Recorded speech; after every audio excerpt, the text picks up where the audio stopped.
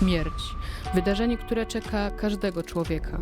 Przerażająca chwila, w której często towarzyszą lekarze. Co jednak, gdy człowiek zawiśnie w stanie pomiędzy egzystencją a śmiercią? Co, gdy jest niezdolny do zapewnienia sobie bytu, a zarazem żyje? To śmierć mózgowa. Zjawisko, które kryje mroczny, tajemniczy sekret. Śmierć pnia mózgu nie istnieje. Kwestia wiary, a nie przekonania. To jest celowe stworzenie jakiejś luki. Prawa pacjenta. Że doszło do śmierci mózgu. Czy nie żyje? To jest konsekwencja śmierci mózgu. To jest wszystko nieprawda. Śmierć mózgowa. Śmierć mózgu?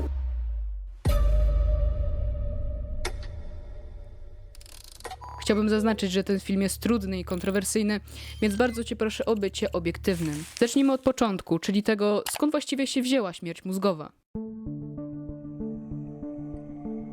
Przez pierwsze wieki historii za śmierć człowieka uznawano moment, w którym ustaje krążenie i oddychanie. To sformułowanie ma oparcie w chrześcijańskiej tradycji ostatniego tchnienia i wcześniej jeszcze w antropologii Arystotelesa. Definicję śmierci po czasie jednak zmieniono, bo w XVII wieku anatomowi Williamowi Harreyowi udało się sztucznie podtrzymać układ krążeniowo-oddechowy.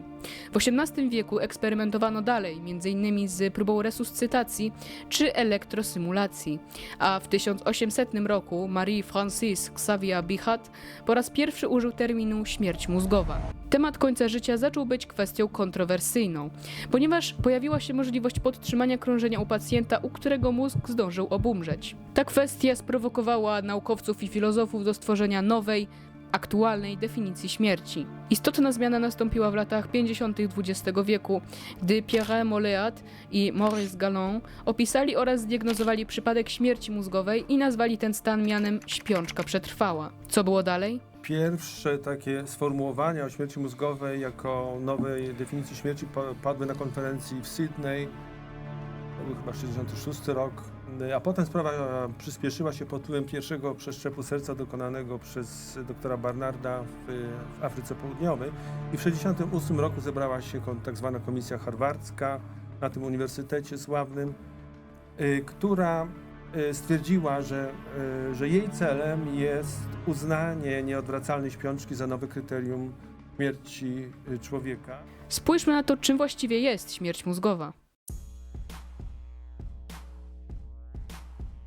Zdefiniujmy pojęcie śmierci mózgowej. Rozpoznanie śmierci mózgu opiera się na stwierdzeniu nieodwracalnej utraty jego funkcji. Wyszukiwarka AI napisała zaś, że śmierć mózgowa to trwałe i nieodwracalne ustanie wszystkich funkcji mózgu, w tym pnia mózgu, co oznacza medyczny i prawny zgon pacjenta. Czym jest pień mózgowy? W pniu mózgu znajdują się liczne pierwotne ośrodki odpowiedzialne za utrzymanie funkcji życiowych. Znajduje się tam ośrodek oddychania, ośrodek wspomagania kończyn górnych i dolnych, ośrodek regulujący pracę serca, ośrodek regulujący ciśnienie tętniczne, ośrodek regulujący temperaturę organizmu, ośrodek regulujący metabolizm i tak dalej. Tego jest znacznie więcej. Mówiąc prościej, jest to organ odpowiedzialny za najważniejsze funkcje życiowe organizmu. Skoro tak, to jego obumarcie jest równe śmierci człowieka, prawda?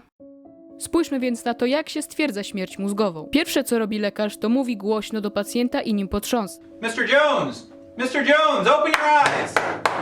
Jeśli nie ma odpowiedzi, ściska głowę w czułych miejscach. Dalej sprawdza odruchy na oczach, świeci światłem, wykonuje przed nimi gwałtowne ruchy, drażni je i rusza głową pacjenta. Jeśli nie ma żadnego ruchu gałek ocznych, przechodzi się dalej. Doktor wlewa do ucha osoby zimną wodę. Jeśli oczy są nieruchome, medyk bada odruchy wymiotne, kaszel, po czym następuje opukiwanie. Najpierw w okolicach brody, a potem ściska kończyny w okolicach palców.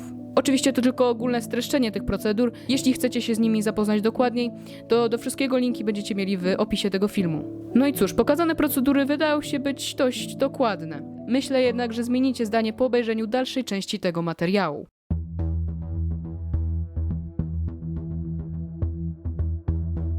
Przypadek małego Szymonka z Radomia poruszył serca tysięcy internautów z całej Polski. Dzielny maluch od stycznia walczył o życie w szpitalu przy ulicy Niekłańskiej w Warszawie.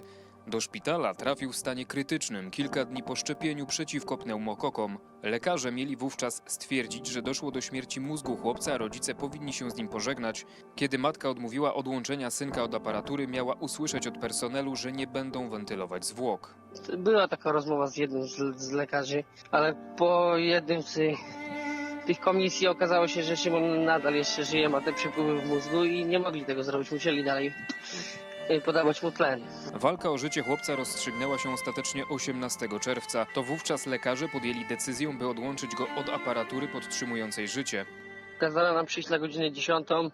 Byliśmy na 10:30 u dyrekcji, kazała nam zejść na dół na OJOM i tam nas dyrektor poinformował, że dziecko zostało odłączone o 9:05. I kiedy państwo już przyszliście, państwa synek już nie żył, rozumiem. Tak, tak. Oszukano ich, żeby móc bezproblemowo chłopca po prostu odłączyć od aparatury, która podtrzymywała jego życie. Mrozi krew w żyłach, prawda? Takich przypadków jest więcej. W 2018 roku pan Andrzej Pasek dostał udaru krwotocznego. U przewiezionego do szpitala pacjenta stwierdzono śmierć mózgową. Żona poszkodowanego nie zgodziła się jednak na pobranie organów i przewiozła męża do innego szpitala. Tam udało się go uleczyć. Mimo że nastąpiły pewne komplikacje, to pan Andrzej powrócił do zdrowia, a był już spisany na straty. Jan Talar jest absolwentem medycyny na Wojskowej Akademii Medycznej imienia generała Bolesława Szarackiego. Założył własne centrum rehabilitacji i zajmuje się wybudzaniem ludzi z tzw. śmierci mózgowej. Uratował ich już ponad 500 i jak mówi, od tego momentu przestał już liczyć. Pani Violetta według oceny specjalistów nie żyła. Jej rodzice nie zgodzili się jednak na pobranie narządów. Pacjentka trafiła pod opiekę chirurga i specjalisty od rehabilitacji profesora Jana Talara.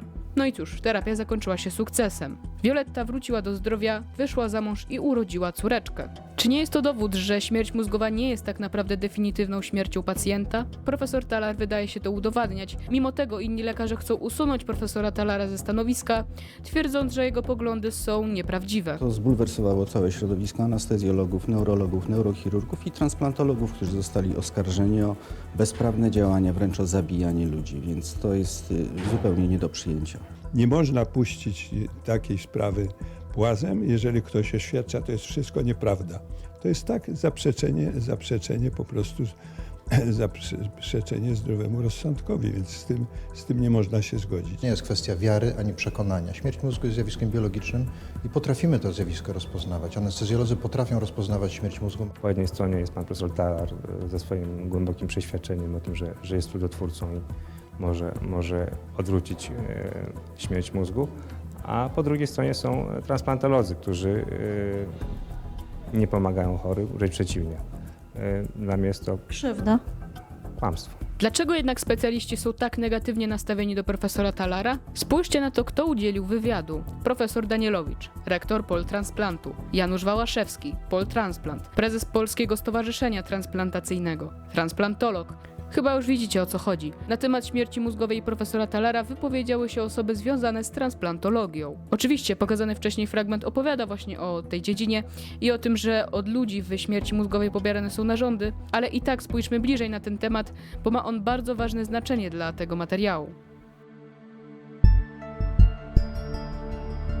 Jak czytamy na PWN, transplantologia to dział medycyny, nauka zajmująca się przeszczepianiem komórek, tkanek i narządów. Szczytny cel, prawda? Przekazywanie chorym ludziom narządów, żeby im się dobrze żyło. Powstaje jednak problem, bo skąd brać organy? Oczywiście istnieje możliwość pobierania materii od żywych dawców, krew, nerka czy kawałek wątroby. Takie pobieranie nie zabije dawcy, a może uratować komuś życie. A nie można pobierać narządów od martwych ludzi? Nie, niestety, ciało po śmierci od razu rozkłada się, po prostu gnije. Dzisiaj interesuje nas więc inny wymiar transplantologii, czyli pobieranie organów od osób chorych na śmierć mózgową.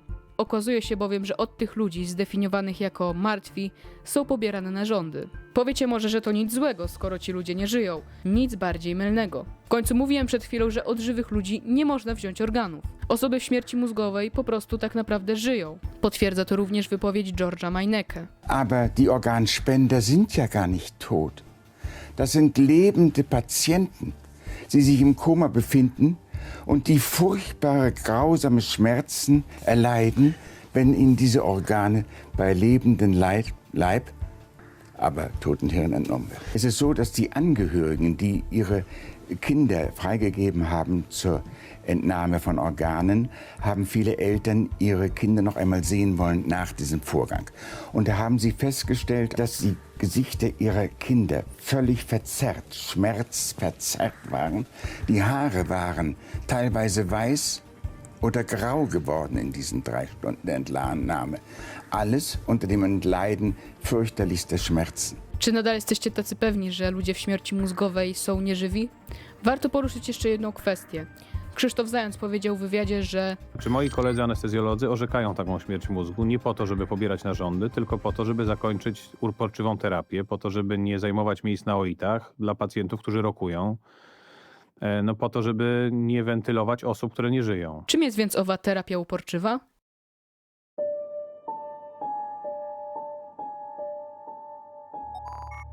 Uporczywa terapia to stosowanie procedur medycznych w celu podtrzymywania funkcji życiowych nieuleczalnie chorego, które przedłużało jego umieranie, wiążąc się z nadmiernym cierpieniem lub naruszeniem godności pacjenta.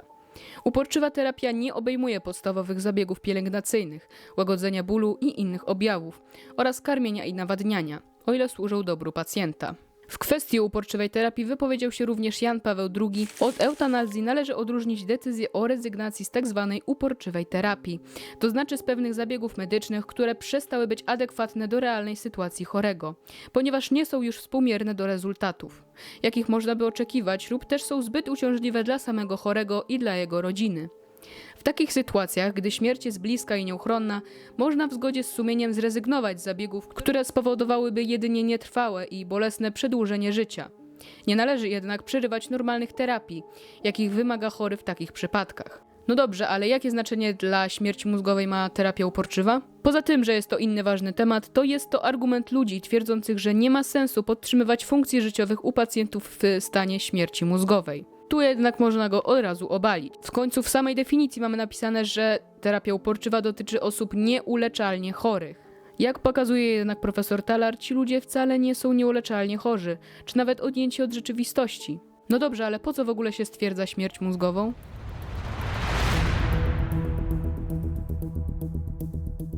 Spójrzmy jednak najpierw na historię przeszczepu organów. W 1967 roku w południowej Afryce Christian Bernard jako pierwszy przeniósł żyjące serce do innego pacjenta.